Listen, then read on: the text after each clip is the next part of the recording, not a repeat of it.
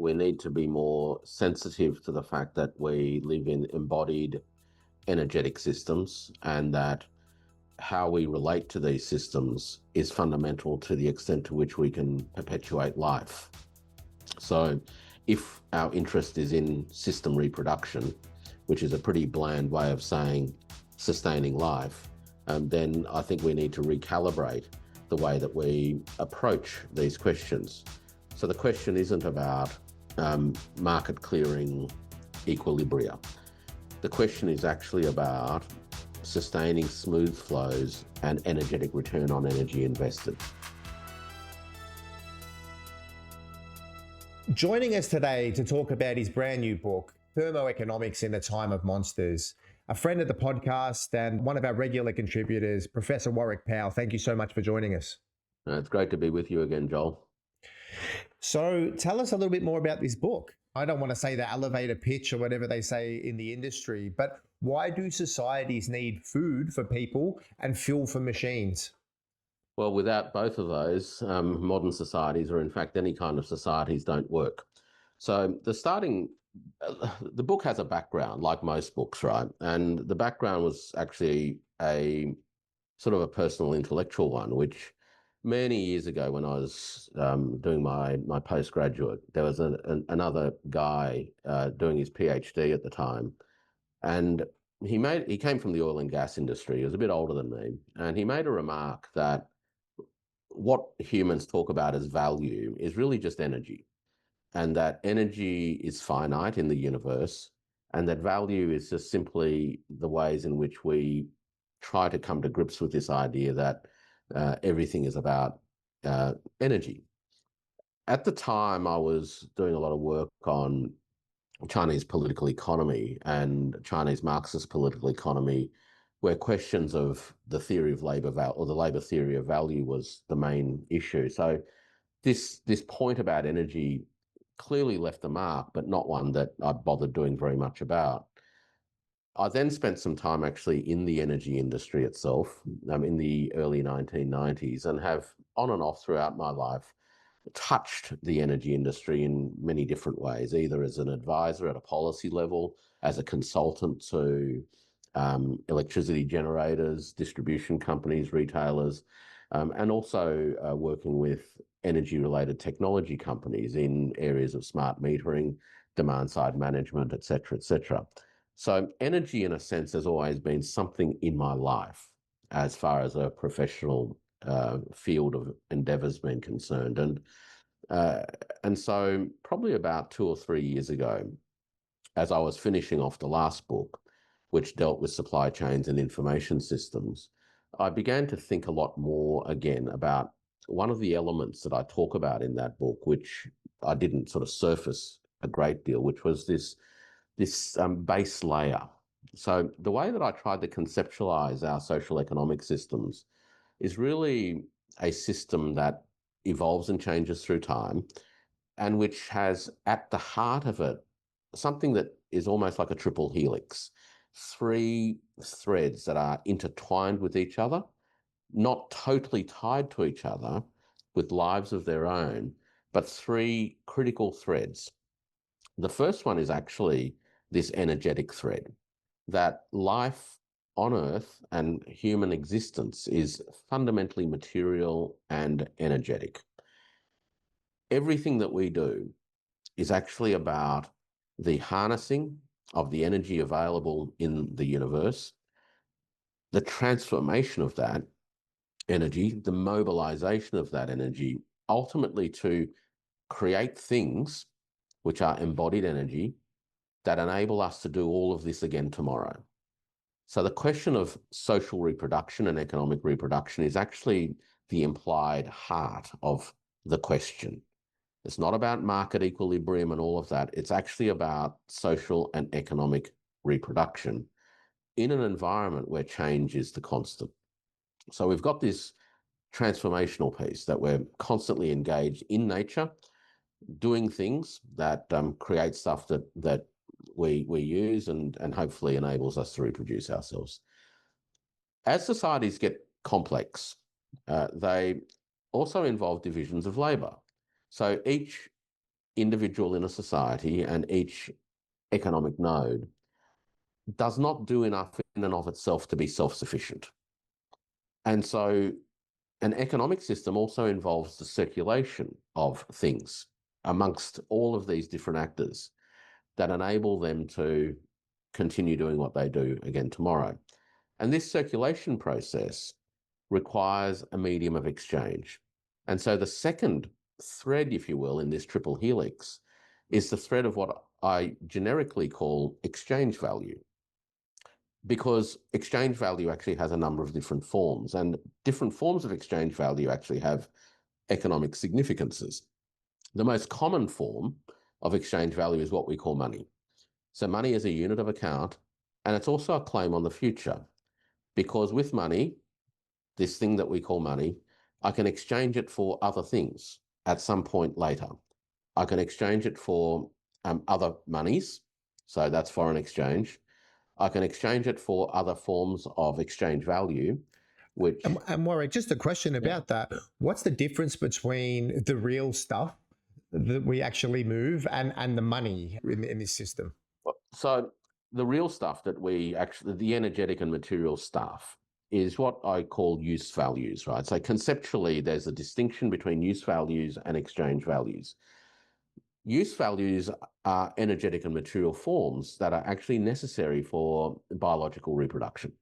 The system needs these things to be able to get up the next day and do what it does. Exchange values enable the circulation of these things from one to another, but they actually are of no other use. You cannot live on exchange values. Exchange values gives you no energy itself to be able to get up the next day and do what you need to do. Exchange values in and of itself does not make a motor car move. It does not make a machine operate, right? These things actually need some kind of a use value, an energetic property. How is money and cash tied to energy and heat laws? They are a claim that they enable the mobilization of these things because they provide the holder of these exchange values with a right to exchange for other things in the future. And it's that right that makes it useful, but it is only useful because it enables you to get other things later. Now, this matters because without that right, that promise that kicks off this process, the energetic system actually doesn't get lubricated. And so, but once we lubricate that energetic system, you know, we make things, produce stuff, use them, consume them, that stuff actually gets used up, so to speak. Energetically, it gets transformed back into another state. So when humans consume the stuff that we've made, it then takes on the form of, well, comes into us as nutrition, basically. And then it becomes useful for us because we can exert physical, energy. So we have motion. We can use our brains, which enables us to organize energy and materials and stuff. And so the energy ultimately gets consumed and transformed. During this production process, we also have waste, of course, right? Often as heat, dissipated heat and that sort of stuff. And so an exchange value enables us to mobilize this and to make claims on the fruits of these processes later. We're seeing this in late stage neoliberalism, right? Yes. So what happens is that financialization is when the gap between these two things becomes bigger and bigger and bigger. And where what the system ends up needing to do is it needs to find outlets for this accumulated liquidity. All of these claims that now exist within the circulation system, but the material world itself can't valorize those claims. It can't come and meet them with, the same amount of stuff that those claims were meant to be able to get. We do two things actually. Initially, meaning the system writ large, we create deferral mechanisms, which I call fictitious capital, following on from some of the classical economists. We call them fictitious capital. And fictitious capital are conditional rights on future value flows, shares, bonds, options, contracts, etc., etc. Now, they're conditional because, unlike money, which can be exchanged for anything, these conditional rights have all sorts of constraints on them. They have maturity periods, for example. They're good for so long. They give you a definite amount of something, interest. They enable you to access a particular stream of monetary income, dividends, but not a different stream, right? Only this stream. So these conditional fictitious capital rights begin to emerge, and the system continues to proliferate these. Right. So the imaginations in Wall Street and the lawyers, financial lawyers and financial product manufacturers can dream up lots of things, because what they're doing is creating legal rights to claims to something else down the track. Mm-hmm. So fictitious capital is a means by which we defer the realization of the liquidity in the system. So far, so good. And that gets a life of its own. It starts to circulate, there's lots of trading, and that enables this growing stock of money capital to find a home within the system at large without creating what would be inflationary pressures in the real economy. Great, right? But these processes by which liquidity comes into the system are actually credit mechanisms. So at some point, private borrowers are also obliged to repay some of that. So they're accumulating, taking a clip as money circulates through this economic system. And some of that then goes back to paying the interest and eventually the principal on the funds advanced. Now, if these circuits actually lose synchrony with each other, and they inevitably do, because the circuits of credit and the circuits of fictitious capital operate much faster than the material circuits of the real economy. When they come apart, a few other things happen. One, again, we get accelerated attempts to defer, right? So we call that refinancing, right? Mm-hmm. So plenty of refinancing happens, and again, the crisis is deferred. But at some point, it's unavoidable, and we get financial crises because the real world is actually incapable of coming good on all the claims that are being made on it.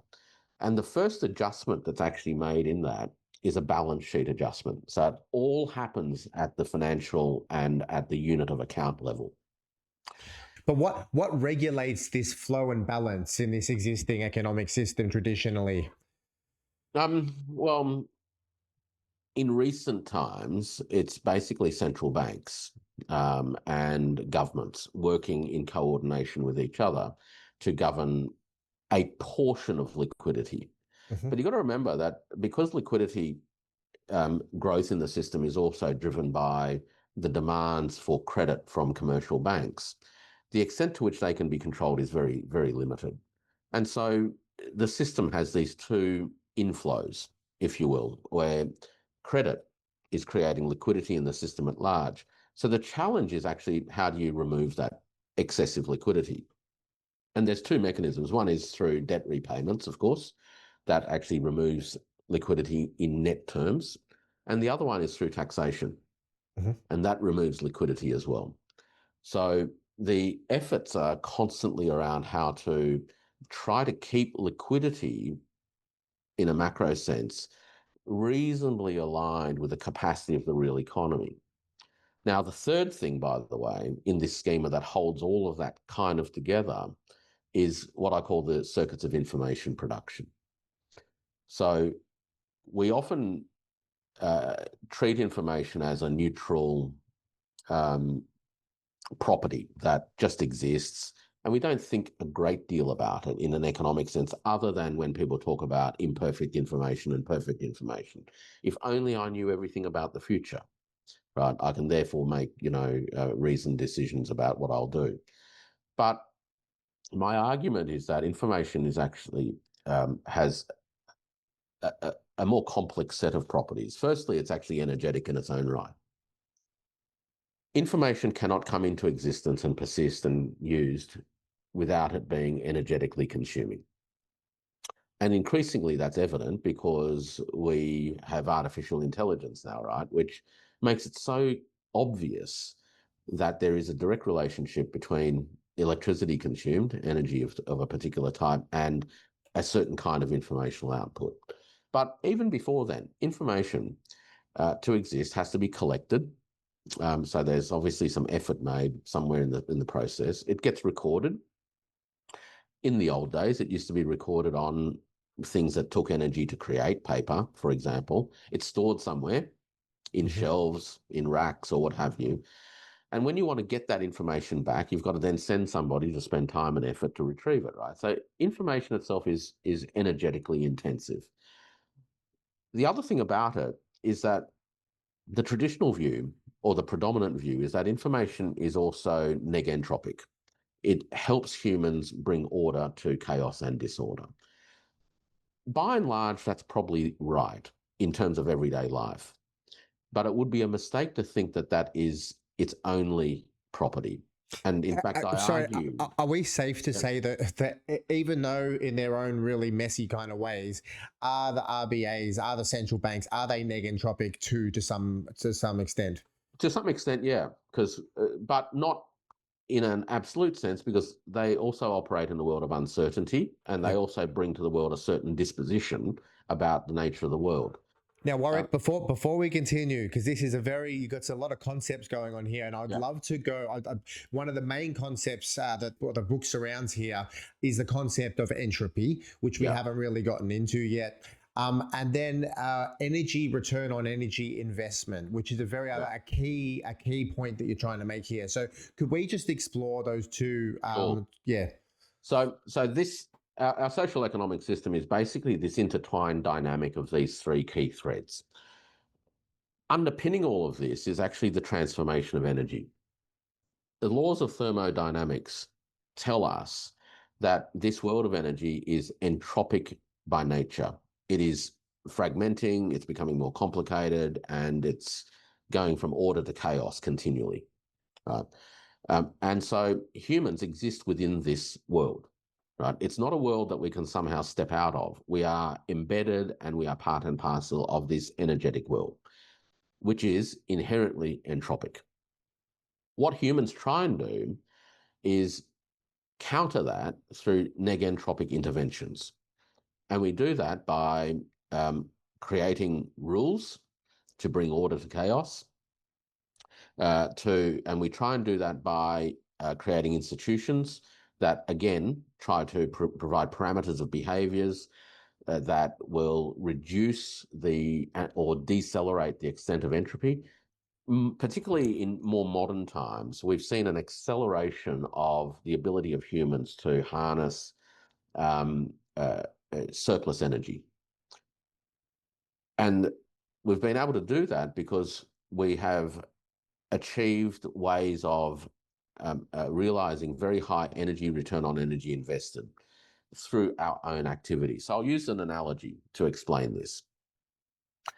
Think of a hunter, and the hunter is generically a society or a system. The hunter obviously goes and hunts, and the prey that it captures has a certain amount of energy, and by consuming that prey, the hunter needs to get enough energy from that to be able to go and hunt again tomorrow. That's basic, simple reproduction.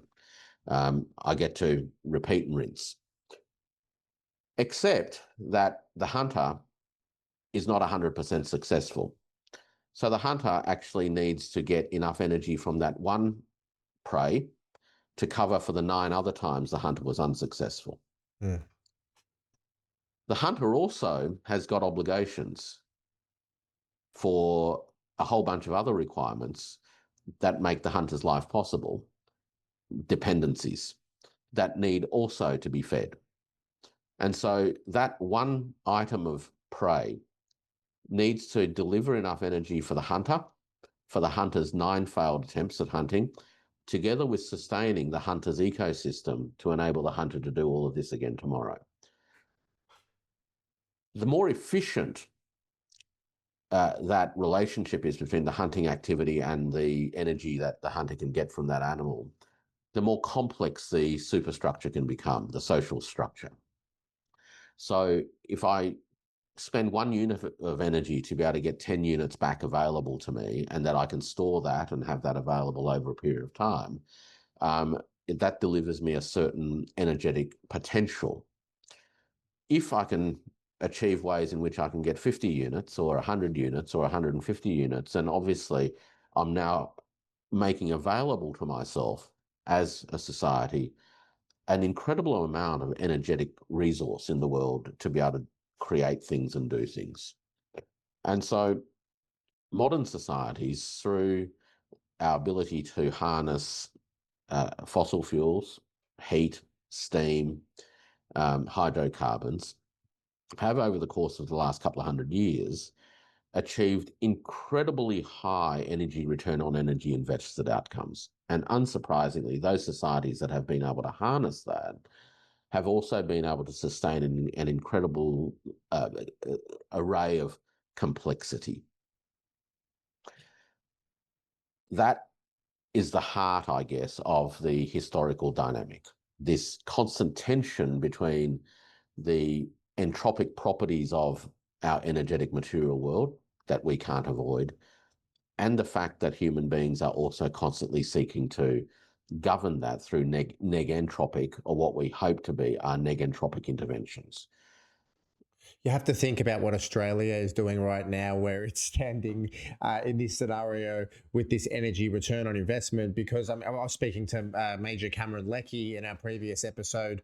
You know, he was sort of saying that the average item of food has about 1,000 kilometers to get from one destination to the next, and that's quite a big lag compared to some other countries, I imagine, right, Warwick? Yeah, and look, you mentioned earlier, and I mean, it's one of my favorite quotes, which is the idea that, societies need food for people and fuel for machines. And when these two things come together, of course, you've got, in a sense, a double whammy effect, right? We need energy for machines to be able to create the food that humans need, so that we can then go and do things with machines to create the food that human needs, et cetera, et cetera. Mm-hmm. And these systems of production and circulation, which is transportation, et cetera, the less energy efficient they are, the more they drain, or the less effective they are in terms of long-term negentropic capability. And Australia, being a developed nation who should be seeing the horizon, should be like a benchmark for a negentropic nation, right? Yeah, and look, and this process of energetic renewal is really about being able to go from high energy return on energy invested systems, which over time degrade. And they degrade for various reasons. Some of them are that the natural resource that made it possible to have such high EROEI levels have been depleted, or that the abundant accessibility of certain natural resources is no longer there, and it requires more energy to go and get more of that stuff, right? And in practical terms, it's things like we have to go further and further and further to find the coal. We have to build more and more rail lines to get access to the next batch of abundant resource. In other words, it becomes less energy efficient. Entropy in action. Entropy in action, right? So a country that's was traditionally had suffered from this for decades. and now is overcoming at a rate not quite seen. You describe China's economy in your writing here, that builds and improves on these energy flows. And we're seeing how, it's renewables now, I think, per year, the generation are outranking the whole Western world put together or something like that. How's this approach different from that usual Western way of doing things? This kind of, more railroads, more coal, more ports, more Look, distance. in part, it's about recognizing that the social economic system is a system of movement. So you've got to enable things to move, right? So that's why I'm always sort of trying to say what we're trying to do is not achieve some static equilibrium. That's the wrong objective. And that's wrong in part because the world itself is not an equilibrating world and it's not static. What we have is a world that is continually in flux. And the more able we are to go with the flow, the more energy efficient we are at a societal level. The more effective we are to be able to capture the prey that we need with the least energy exerted.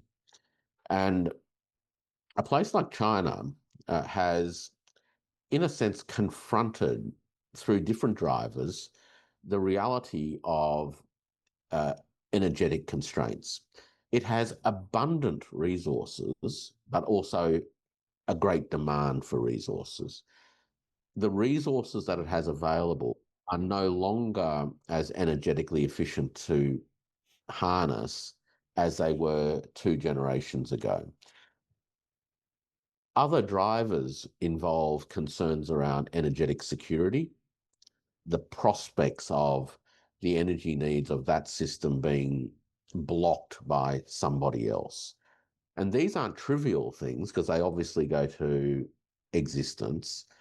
And they're not trivial in China's context because the United States has, in the last 25 years or so, been very explicit around its own strategic thinking concerning the ability to intercede energy flows from the Middle East to China through the Straits of Malacca. So from the late 1990s, early 2000s onwards, the concern around the Straits of Malacca as a choke point that could starve China of a whole bunch of energy resources that it needed was a very prominent part of national thinking. At that point, especially with liquid fuels, had China, had it been suffering in that EROI world? Well, in a sense, it had, because it was starting to, confront the fact that its own resources were more expensive to get. And there's some other interesting examples on that. So, things like coal to liquid as a technology in the early 2000s. The costs of that was actually quite high, and it also involved foreign exchange because much of the technologies that made it possible were imported from Korea and elsewhere, and that actually became an excessively financially expensive but also energetically expensive process.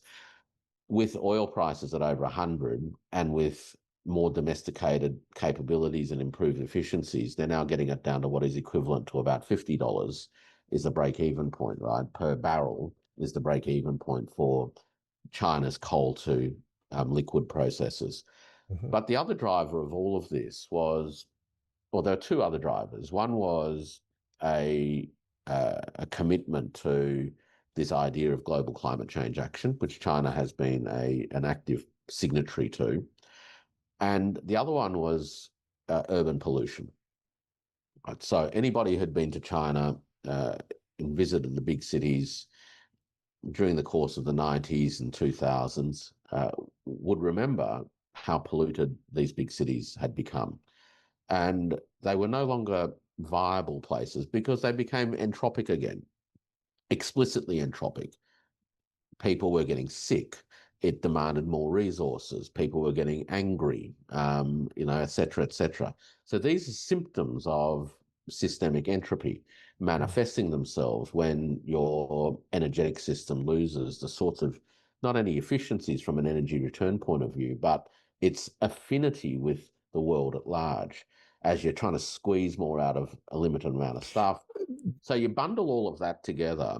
Come the late 2000s and early 2010s, a decision was made that the existing energetic mix, the structure of the energetic mix, was not viable. It was putting the nation at risk from an existential point of view. It was leading to all sorts of system entropic costs in a social and ecological sense through pollution. And it was simply not capable of delivering on the industrial and developmental ambitions of the country writ large. So something had to give. And a commitment was made to begin in earnest a transition to a more diverse energetic base. Clean energy became central to the story.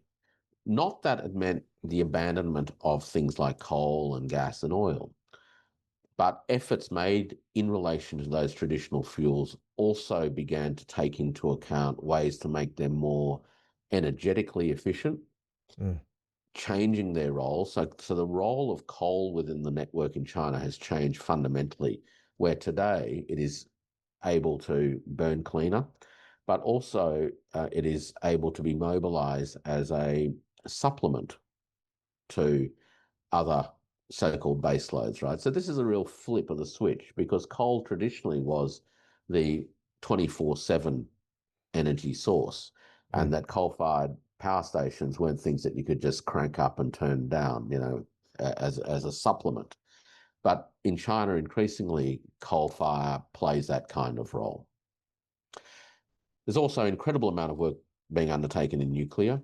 An incredible amount of work has been done in fusion, which has achieved some very important breakthroughs that will become important in 20 to 30 years' time.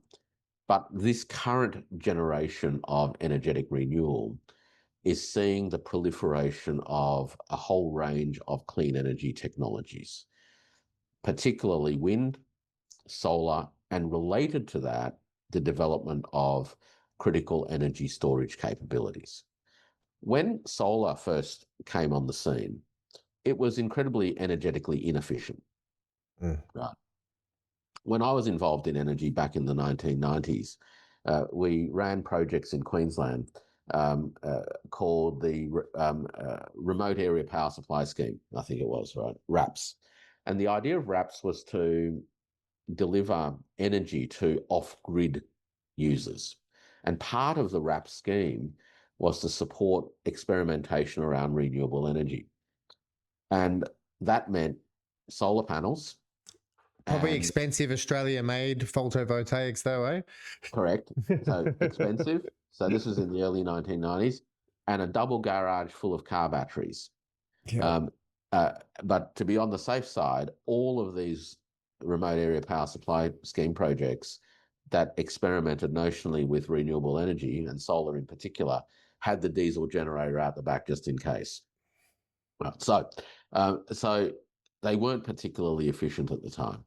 We also know that with intermittency, renewable energy could not fulfill the kind of industrial roles that people might have aspired for them until you could solve this intermittency problem. And China's long-term investments in material sciences actually enabled it to commit the time and effort and resources needed for developments in storage technologies. And so we've now seen multiple generations of storage technology improvements, through lithium batteries, and now we're moving into new generations of lithium, and also solid-state batteries and sodium-ion batteries at a battery level. So there's this continual process of improvement to a point now where solar, wind, and battery storage at scale is achieving EROEI outcomes that are probably 4 or 5 times better than what they were, say, 10, 15 years ago. Finally, in a sense, making it viable. And also like filtering through the Chinese society, right? Then it pushes out. That's That's right. right. And a society that really had quite inefficient systems in the past, amongst the main in the people, now start adapting to this new world and they're proud of it. Well, so it propagates out in all sorts of ways. One is that we also change the shape of the energy system. So China has actually the largest grid system in the world. It's a huge national electricity grid, lots of regional markets, of course, that they're constantly trying to harmonize. But on top of that, there is now a more concerted effort around microgrids and a more distributed approach to the harnessing, storage, and delivery of energy. Are the Chinese referring to these as negentropic exercises, or is this all your stuff, Warwick? No, this in a sense, this is only my way of interpreting what China's done. China talks about this more in the context of new productive forces, right? So it's a much more explicit Marxist kind of categorization, right? So enhancing the new productive forces. If you're enjoying Bogan Intel, well, it takes a lot of time and effort to put this thing together. From drawing up questions, to emailing guests, to having them on the program. Bogan Intel needs your support to keep going. By doing something as simple as liking and subscribing to Bogan Intel on YouTube, or leaving a comment or rating wherever you get the podcast, or even heading to boganintel.com to maybe sign up for $5 a month. That gives us the ability to keep going and bringing you some of this content that you're not going to find anywhere else in legacy media, especially in Australia. So thanks for being here today and enjoy the program. Taking it down to the laws of thermodynamics is a new thing, and it's kind of blowing my mind a little bit. So I gotta pull you back, Warwick, and ask you just a little bit here. With this whole notion of entropy and negentropic force. The whole human experiment essentially has been negentropy, right? It's been a fight against the inevitable tear, right? My question is around that maybe new paradigms come out of negentropic efforts, and potentially say something that's young is in an entropic state, just as something that's about to collapse. So, what's the anti-aging aspect of negentropic exercises, and is it sustainable? Because it seems like the human race has been going on for a long time, and it's ebbed and flowed on the verge of entropic separation, and probably succeeded many times throughout our history. So what's the element that brings us back? And is there infinite or very finite amounts of negentropy in the human experience? Well, I don't know whether it's finite in a grand sense, because something that humans do have a remarkable capacity in is to be creative in how we tackle these sorts of issues. But of course, if we understand the human predicament as being anchored around this idea of the ebbs and flows of energy, return on energy invested, and all the things that make that possible, then the question is whether or not a particular social system, and then of course humans writ large across the whole planet, are able to firstly recognize that they are experiencing a decline in EROEI, that this recognition takes place in a timely way, that there are then the means by which it is possible to either arrest the rate of that decline or to develop energetic renewal to supplement old, declining EROEI approaches. Do we have the political, technological, and social institutional setups that enable that to happen? Not all societies can respond in the same way. And not all setups that are successful in one era will necessarily be successful in another. The other thing too is that errors are made because we're dealing with uncertainty. And so there's nothing simply about just recognizing the fact that there is this EROEI, declining EROEI problem writ large doesn't necessarily mean you can solve it, but at least you're aware of it. And so It's so interesting because like declining EROEI is essentially invasion of Pearl Harbor.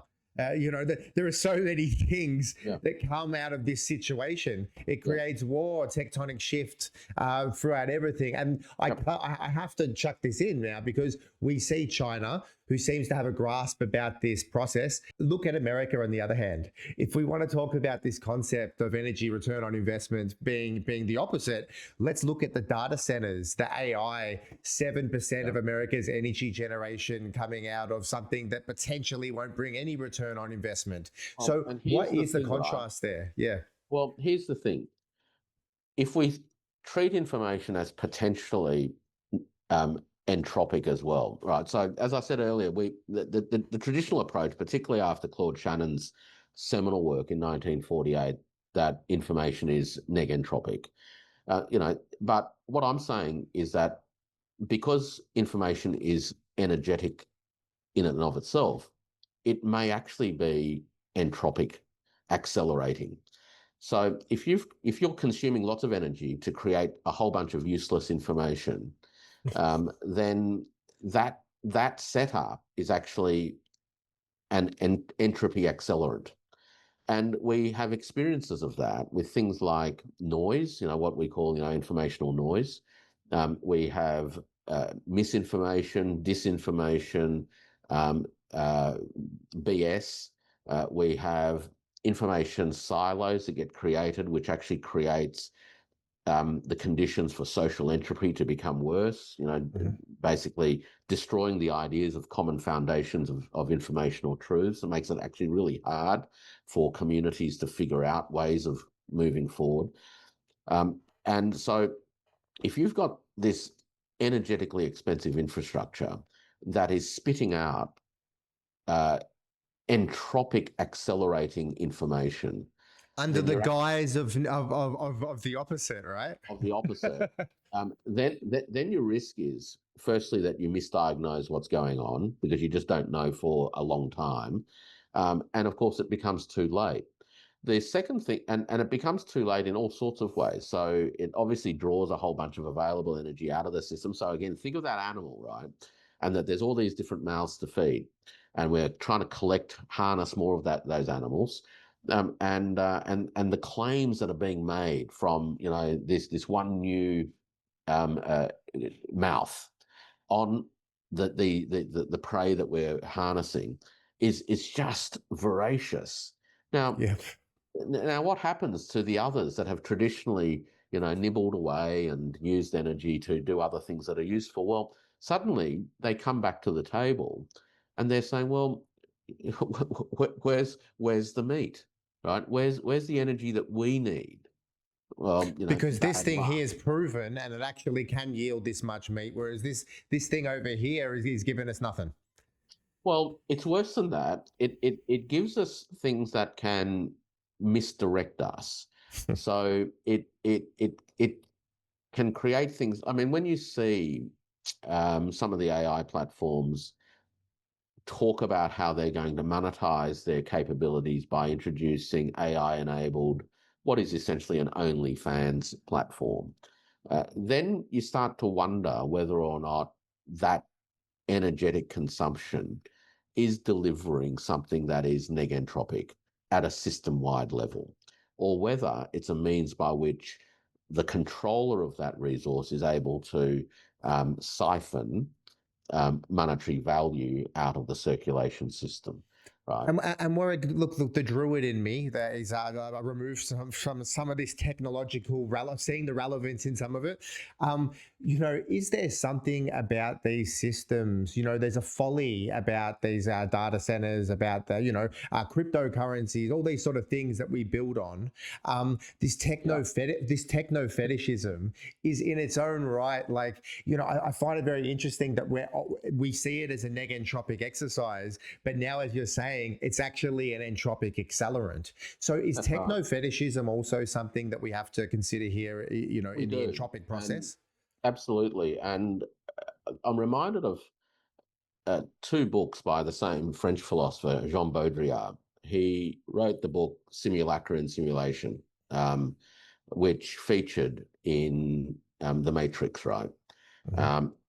And that really talked about the creation of a simulation of the world that then became the world in and of itself.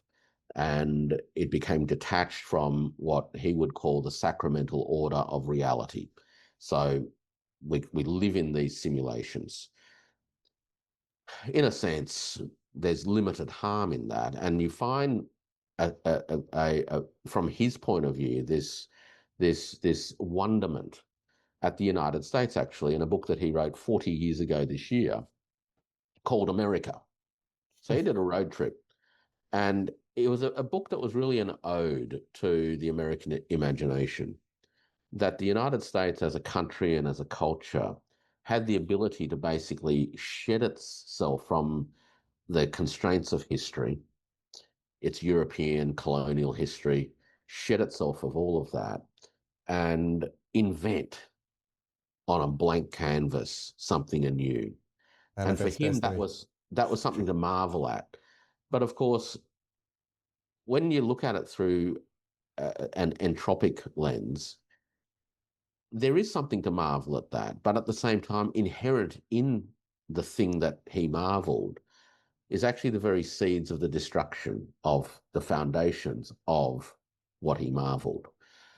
The fact that you can become so detached from the foundations of our material world, our thermodynamic world, that you lose sight of the fact that at some point, this is what will decide. This is what bats last, right? It's like saying, I've now invented the holograms of the prey, and we can enjoy the holograms of that prey and tell stories around that and be enriched by that, and eventually forget that there is no real prey anymore. The story of the buffalo, right? Yeah.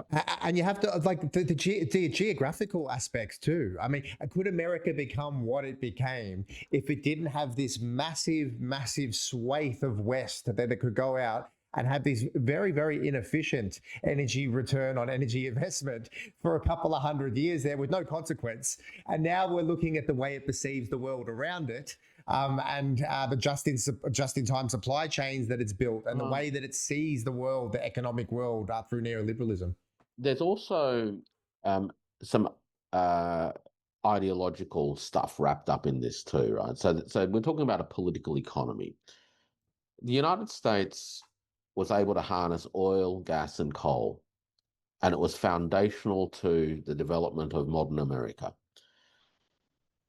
My own approach to all of these issues is actually energy source agnostic in the way of trying to understand and describe the world, because so long as nature has readily accessible reserves for humans to tap, then in a sense humans will.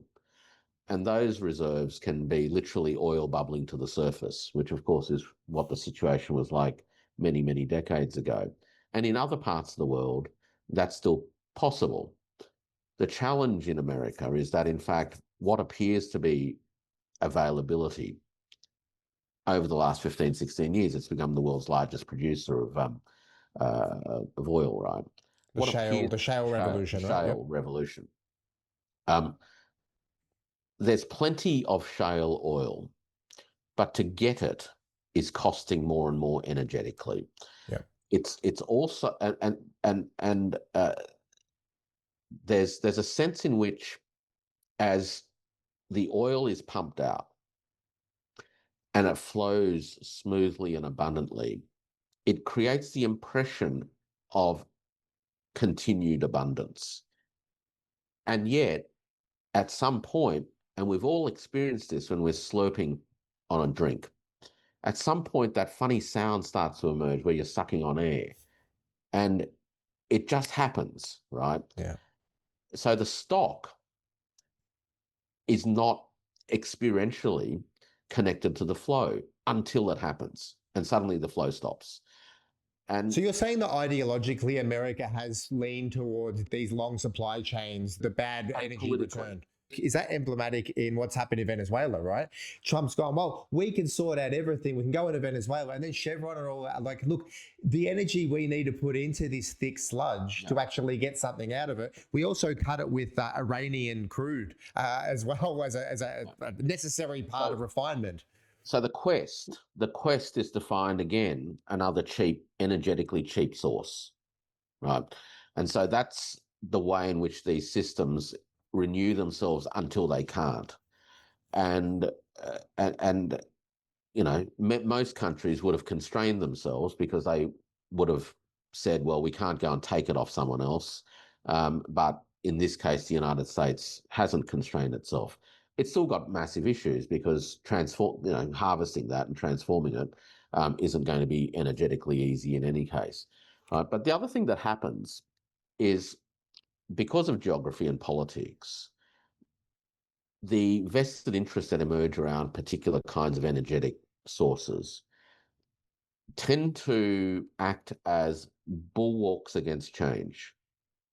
So beneficiaries of status quos are usually the last to modify, or at least they have strong incentives to defer change, whether that's the big motor vehicle companies in Detroit that have done everything that they can to hold back and control the pace of change, whether it's their connection into the oil industry.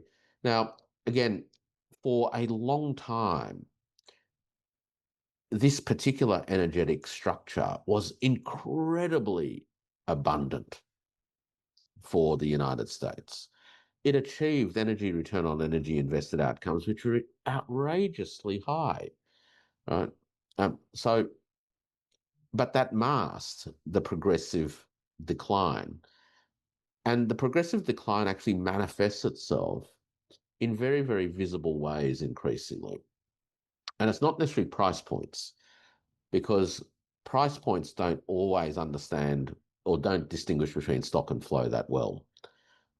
But where it manifests itself is in things like homelessness, where available energy within the system is increasingly being harnessed by a smaller and smaller group, which means that there is actually undeployed energy in the direction of these other parts of a social system.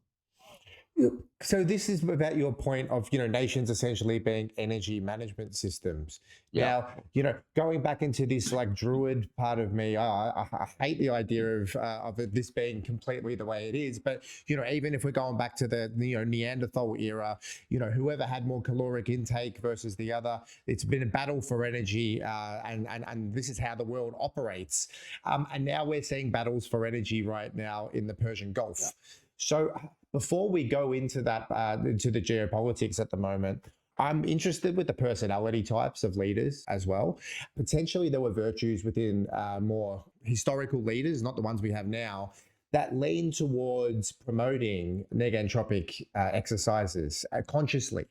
And I wondered, and even masters of champions of industry did the same thing, knowing there was longevity in their industries and their companies by maintaining some kind of, negentropic status quo.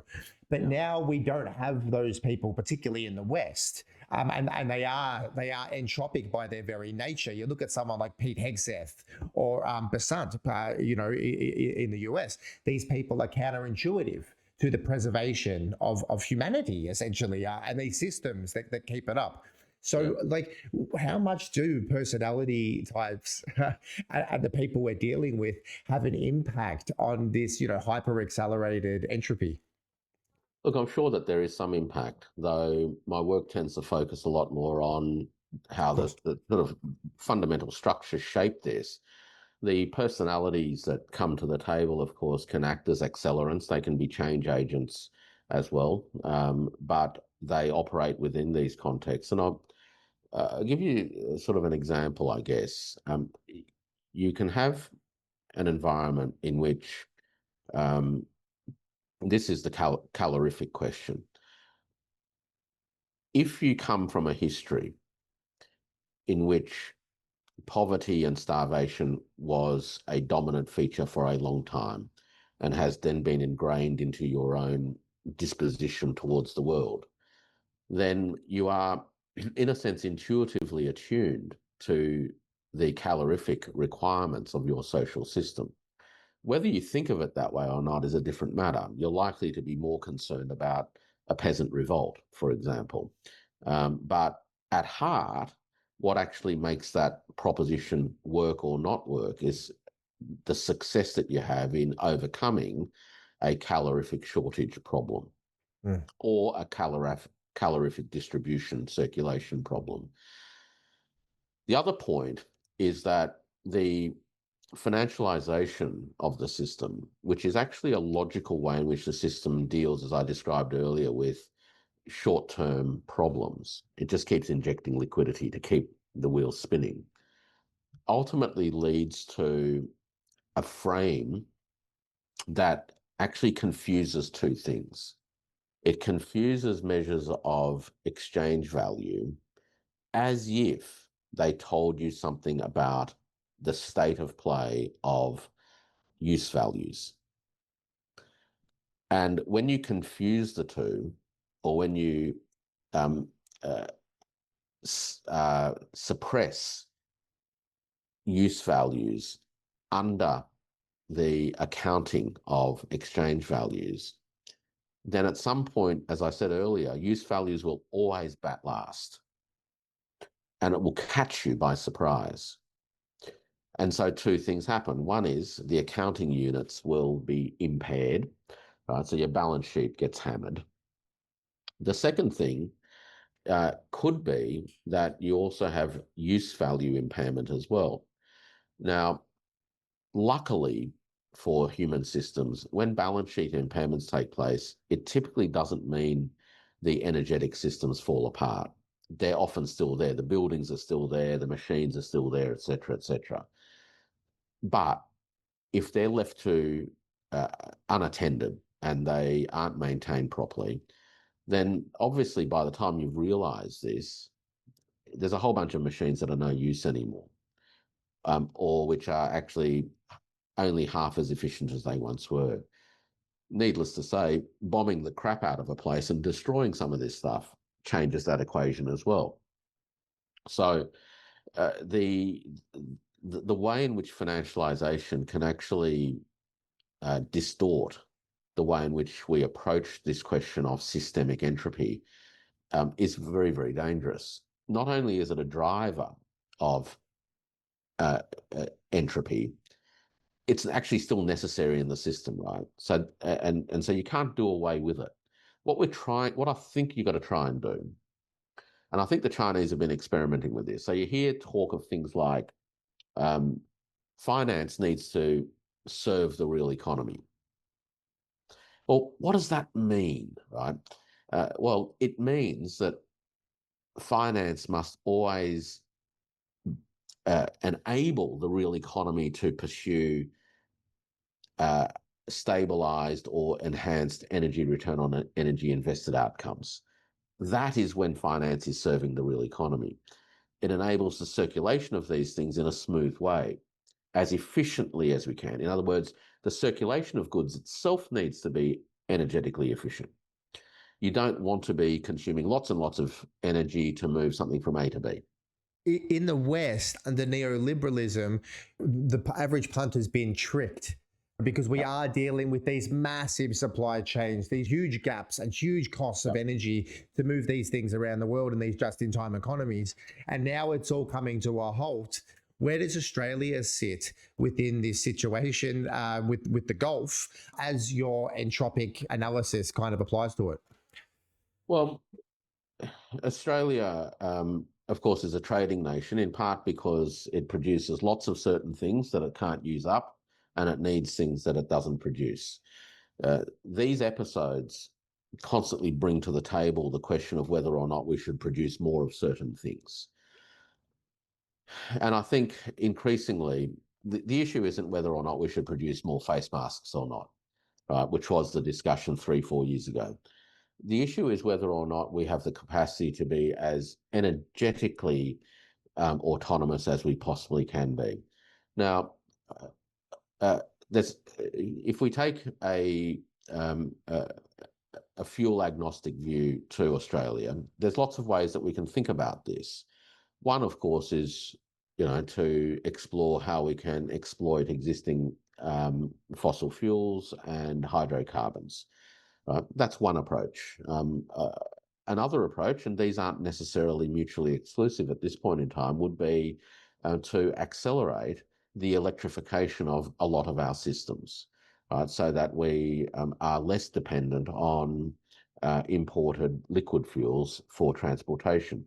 Now, 15 years ago, if somebody said to you that we could separate oil from transport, they would have thought you were mad, right? Because it was just inconceivable. Now, the region, including Australian motorists actually, are increasingly electrifying passenger transportation. But we're also seeing the development of cargo transportation that's also electrified. I don't mean ocean-going freight in any substantial sense, but terrestrial freight is being electrified through trucks, rail. There's been some electrified massive rail. advances in China for the road trains and things over Yeah. the last 12 months or so, isn't So, there? Yeah. so come 2030, about 30% of Chinese road haulage, and it'll probably be quicker now because I think one of the consequences of the war against Iran is the acceleration of this. Yeah. But prior to the war, the expectation was that by 2030, about 30% of China's road haulage would be electrified. Now, you think back 10 years ago, it was inconceivable, right? And what that's going to do is transform the extent to which these economic systems are dependent on diesel. Right? So Australia's going to make some decisions ultimately about its electrification future. Negentropic nation building exercises seem to be something that should be on the cards. Well, that's one. I'll give you a second one. Yep. I'll give you a second one. So the first one is we need to actually get serious about electrification. Now, as I said, I'm relatively agnostic at this point of the process because I think we've got to have a process of analysis and discovery, right? But we need to be more mindful of the need to be systemically more negentropic, and transportation's obviously a big one. The second big one, I think, is actually the information system itself. Data sovereignty is how it presents itself at a political level, right? But if we think that information is actually fundamental to the efficiency of the system at large, and that information itself needs to be aligned with the needs of the system, and that needs to be energetically efficient, then there is lots of good reasons for a place like Australia to be making more commitments to the kind of infrastructure that is needed to be informationally independent. Now, informationally independent doesn't mean incapable of interoperating with others. In fact, quite the reverse. What's actually needed is national information and data sovereignty plus international interoperability at the same time. Taking the agency of what's a national AI infrastructure and things like that. Correct, right? And also pushed out to the edges to the extent that you need to. So again, as energy technologies develop, particularly in things like TENGs, TENGS, triboelectric nanogenerators, and other kinds of conductive materials like graphene that will replace things like or substitute in certain applications for things like copper, we're going to be able to deliver more distributed energy consuming processes, such as IoT devices collecting data from the world, localized AI processing. But at the moment, an incredible amount of AI compute is done centrally. But there's no reason why in 5 years' time and 10 years' time, a much larger proportion of that shouldn't actually be done on the device that someone has, or on a community server, if you will, in a supply chain environment that's hosted in the local Australia Post or the local warehouse or what have you, right? So the idea then, again, is systemic resilience. So we get high levels of energetic efficiency by virtue of these new technologies. We get information resilience by pushing out a lot of it to where it is actually needed, as opposed to having to do a lot of the heavy lifting centrally. And that actually relieves potentially a lot of the energetic strains within the system at large. So, and I think we're going to, and of course, systems will invariably be hybrids of that. There will be data centers. They will play important roles. The question is do you want it all in a small number of data centers, or do you start to have a more variated information architecture? And my suggestion is, particularly in terms of enabling these systems to flow more smoothly, to be better coordinated, et cetera, we actually need to have greater sensibility to distributed data in supply chains. And supply chains, not just in the way we normally think about them, which is, producing things that go from one place to another. But if we think of our social system writ large as a series of coordinated networks between actors, then we need to be able to enhance coordination.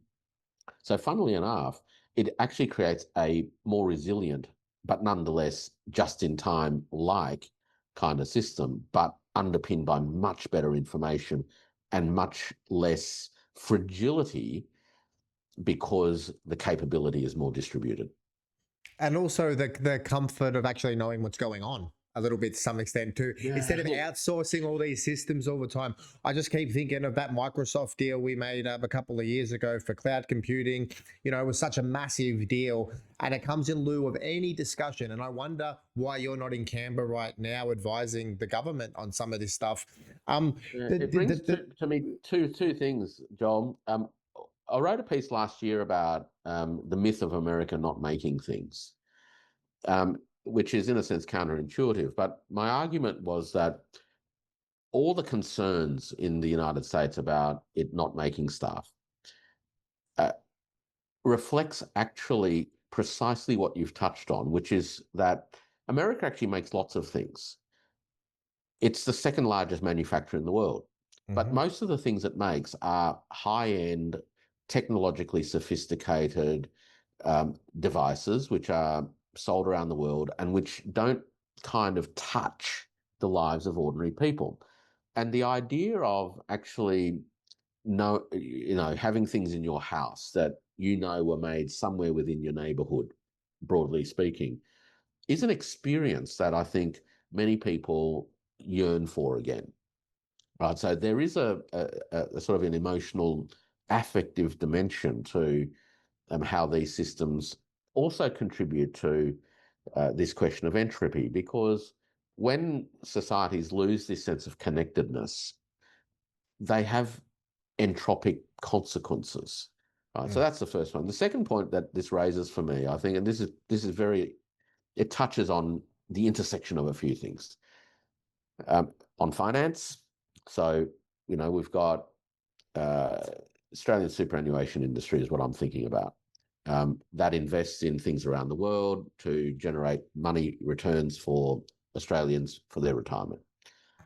Lately, we have seen what I think is being billed as a super summit, a roadshow of Australian superannuation trustees and managers being hosted across America, meeting with American companies seeking investment. I wanted to ask, though, how exactly what you're saying is contrasting with the attitude in Canberra right now from Kevin Rudd, who's sort of dangling our pension fund like it's a cash cow to these AI people in Washington.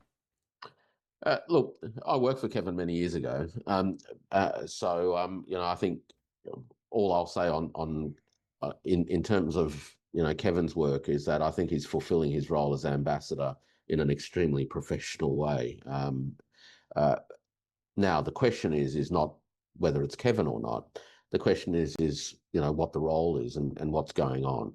And one of the interesting things that seems to be going on is that Australian retirement savings has become an explicit part of national foreign and security policy, which I don't think has been the case historically, that the summit has been heavily promoted in social media by Australia's ambassador is unprecedented, I think. It's certainly raising the profile of Australian superannuation's potential interest in investing in America. And there's a couple of things that I think are worthy of serious reflection. Firstly, the claims about Australian superannuation essentially helping to rejuvenate American industry and create American jobs. I think many Australians would be well within their right to ask the question, well, what about investing in Australia to do the same things? Okay. This isn't an argument against investing internationally, but I think it's a question that many Australians would be well within their right to be asking. The second thing, though, is that a lot of the meetings that have been held and have been publicised have involved meetings with American big tech and AI companies. And I think that there's two interesting parts about that, other than this issue of national data sovereignty, right? So I won't go near that. The first part is that American tech and AI companies in particular essentially dominate the American equities market at the moment, without which there would be no American GDP growth, more or less. And we have, significant price rises amongst these American tech firms. So much so that there are many people talking about there being a tech AI bubble. In that environment, from an investment management point of view, the question seems to be, is it prudent to be diving into a bubble, or what may be a bubble? And if it is a bubble, why is it that such a move is being made to bring in more liquidity? Because what it will do is, of course, keep the bubble going a little bit longer. Right? So these are the issues around fictitious capital that I talked about before. Kick the can down the road, keep the balance sheet looking healthy, but at some point reality has its say. So the question for me is a question of prudence to start with. But there's another question, and the timing of all of this is, I think, incredibly unfortunate. And that is that whilst the roadshow was happening, where Australian superannuation fund managers were meeting with AI companies in America, we also had reports in the American press that the American Pentagon investigations of the bombing of a school in Iran, where 168 school children were murdered, concluded that the bombing was made possible by the targeting delivered by American AI on the back of outdated targeting data. So we now have a nexus between investment prudence and investment morality and ethics. And questions need to be asked about that too. Are we at a moment where Australians need to ask the question about how Australian national savings are being mobilised in the name of American security policy? Is there a connection there? Is the investment decision imprudent? Is the investment trajectory unethical and immoral? And ultimately, as a result of that, does it make that irresponsible? And I think they are important questions that we need to ask. They're fundamentally thermodynamic in a sense, because they go to the heart of this issue of energy, the war in Iran, information security for this country, and the role of finance within all of this that holds it all together.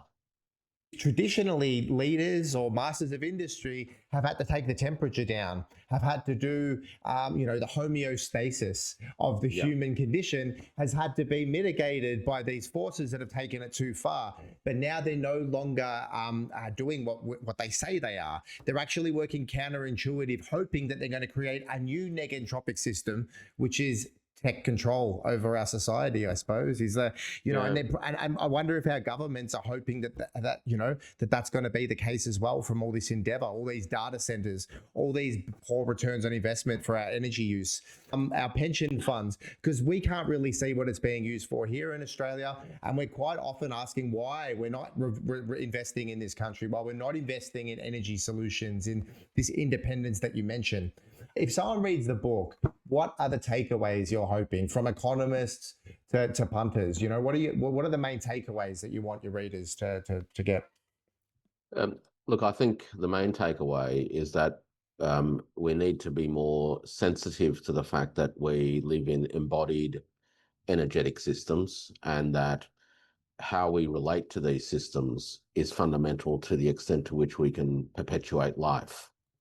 So if our interest is in system reproduction, which is a pretty bland way of saying sustaining life, then I think we need to recalibrate the way that we approach these questions. So the question isn't about market clearing equilibria. The question is actually about sustaining smooth flows and energetic return on energy invested. We also need to ask questions about how we even want to measure our sense of success as societies on Earth. Is GDP in and of itself an adequate measure? More clearly not. So what are the things that we need to be more mindful of? What are measures of system, social and economic entropy and negentropy? How do we recalibrate information systems that actually help us relate to the energetic world more effectively, rather than ways that undermine our ability to go with the flow, so to speak? These are the sort of sensibilities that I hope people take away from them. I try not to be too prescriptive in this book. I just sort of open up or close with a few areas of thinking, because I think that, well, how can one person even prescribe anything, really? I've really pushed this book out relatively fast. It wasn't because of the war itself, but just with a sense of urgency that we had to have a different conversation about socio-economic systems which are grounded in the way that the natural world actually works, and to get away from a sense that we solve our problems simply by viewing things through the lens of monetary exchange value. Yeah, and look, my takeaway from all this too is like the personal responsibility we all have to, this energy return on energy invested. Australians are probably the highest per capita spenders of energy in the world, and there's also something socially like ominous about people that hold that kind of philosophy, because when the shit hits the fan, it's often those people that end up being quite nasty, and being quite entitled about what they deserve in this new environment. So I think Australians are looking at these rude awakenings, whether they know it or not. And your book seems to be landing pretty much on the day it needs to be landing right now, Warwick. So we thank you so much for coming on today. And potentially, I would like to get you on again to talk about these entropic states a little bit more as they apply to Australia, as you move forward, potentially after your book tour. Yeah, happy to. And thanks for having me on the show. The book's available on Amazon, by the way, to give it a plug. I self-published this because academic publishing has a business model now that makes book production both time-consuming, it takes a long time to go from submission to being available, but for me, worse than that, because I do a great job in all sorts of other ways, worse than that is that it's actually made information and knowledge too expensive. And so I've experimented with a self-publishing path just to see whether or not we can get conversations happening, or whether I can at least throw something into the pond that can provoke some conversations. My last book, which was academically published by a fantastic publisher, was $160 for a hardback, right? And to be honest with you, when that came out, it made me take a second breath. So people interested in it can certainly go to Amazon and get themselves an electronic copy, or even, of course, old-fashioned hardback and softback as well. Professor Powell, you're practicing what you're preaching. You know, you're going out, you're experimenting with the way you're investing your energy, and you're doing it with this great new book. So yeah, please get onto Amazon or wherever you can find this book online and support Dr. Powell's incredible and impressive new work. Thank you for joining us on the program. Great to be with you.